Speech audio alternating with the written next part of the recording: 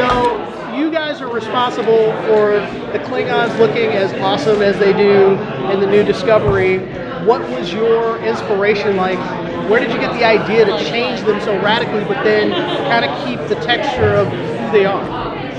Well, early on, because we were on the show for almost 8 months before we actually went to camera, so this was a long discussion.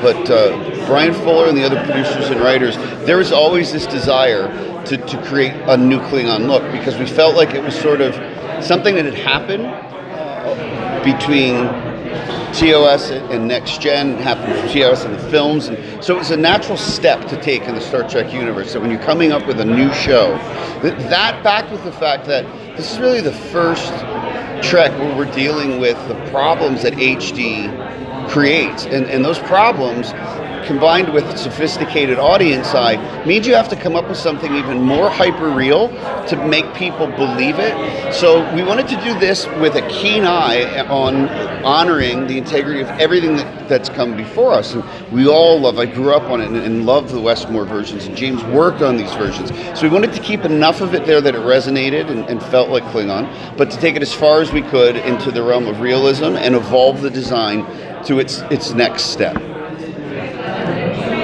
I agree. Yeah. It's unanimous. I wanted to ask about Areum. What are her augments, and does she have any special abilities? Oh, what can you tell us about her? I would love to tell you about that. And I think that's a Gretchen and Aaron question, actually.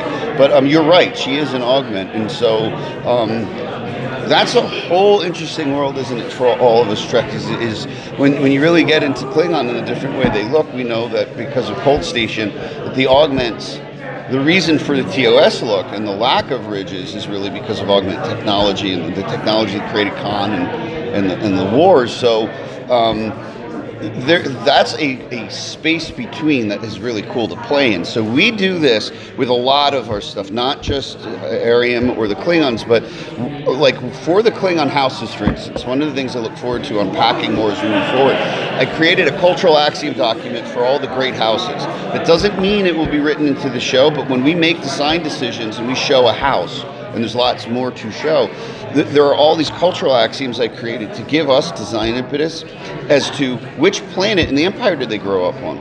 So in the past, we've always sort of seen a homogenized look to the Klingon in their wardrobe and their hair, give or take. We're trying to make sure that all the houses feel like their own unique thing, because why wouldn't they be? If you look at the cultural patina of all of our cultures, with our architecture, our food, our fashion, our music, on just one measly planet that's not even spacefaring yet, what would the Empire's cultures look like? And we're really diving into that, and will be as we go further. So with her, it's one of those things that I can't answer. We have lots of reasons in our head, but you should ask Gretchen and Aaron that question. But she is an augmented human. Okay. It takes 4 hours for her makeup. That's what I can do. And what about Detmer, the head of planes that she got after the battle? Is that something that's is that another Aaron question? Is that keeping her alive? What purpose is that? And those things are really questions, because I know more than I should, and I don't want to speak out of turn or they'll shoot me. Okay, that's fair enough.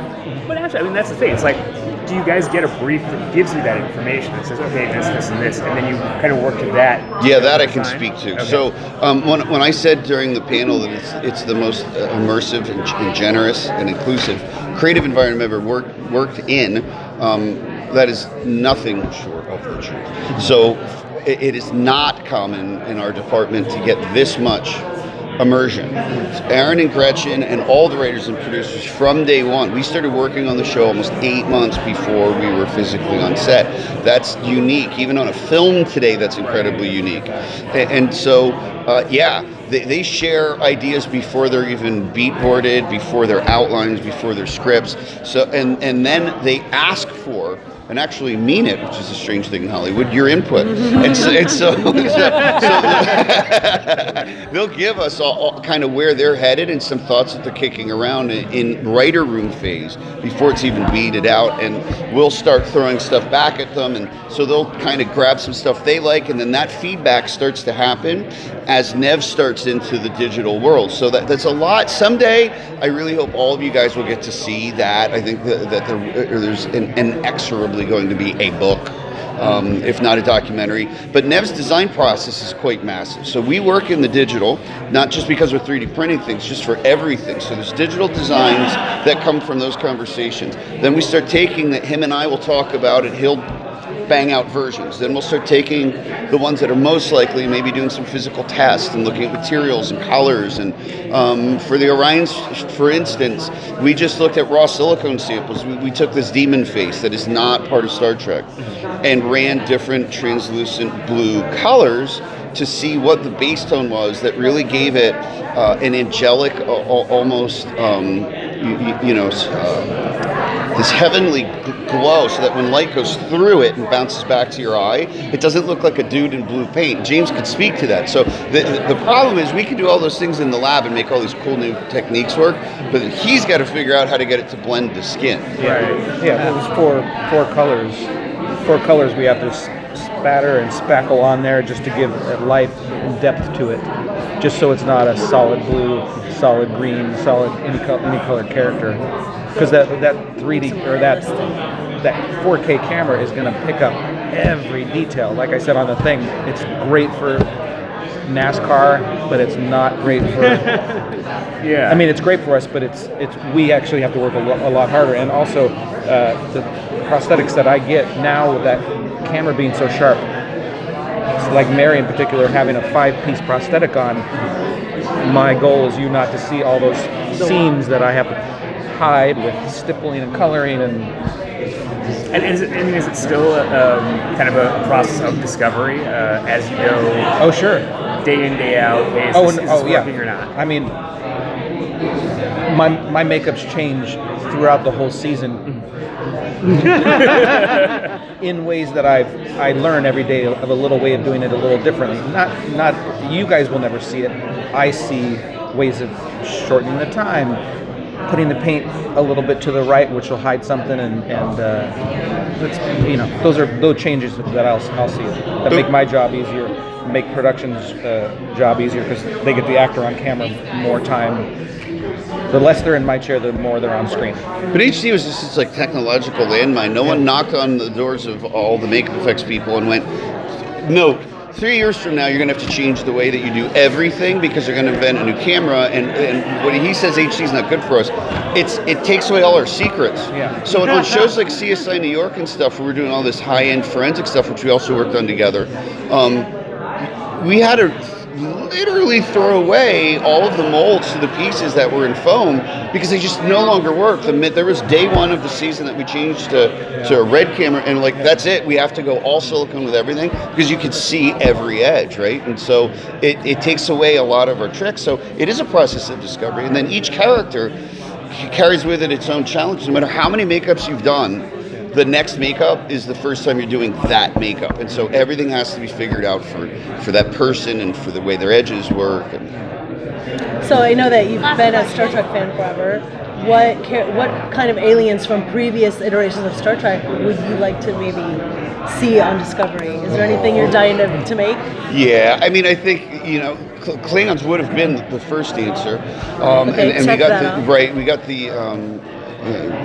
Luckily, got to do the Endorians and Tellarites, which was so awesome going back to TOS. But Borg, and I think it's just, am I answering for you? Would it be Borg? It's Borg. Yeah, we're dying because with 3D print, I mean, no single species is better suited to the way that we're approaching using technology now and immersing ourselves with 3D printing than the Borg. So we're just I don't know when or if that would even happen in this series. That is just our wish list. Yeah. I did First Contact, so I got to do that version of it, which was all foam latex. Now it's going to be 3D printed with silicone, and it's cool.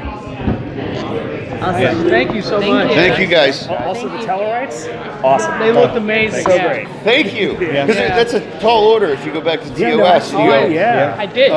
Right, and there are some awesome versions in on Lee Ehrenberg. Was it an And I did one. Like, that's a cool way to have evolved the Tellurite. So, but they were kind of a more minor thing there for just a little bit. So we really went, let's go back. The honest answer to that is we went, let's go back to the original. How can we try to get that thing, that feel, back into this, but not make it look like it did then, right? So I really looked at Stan Winston's work on the Island of Dr. Moreau, the now almost lost film Val Kilmer version, right?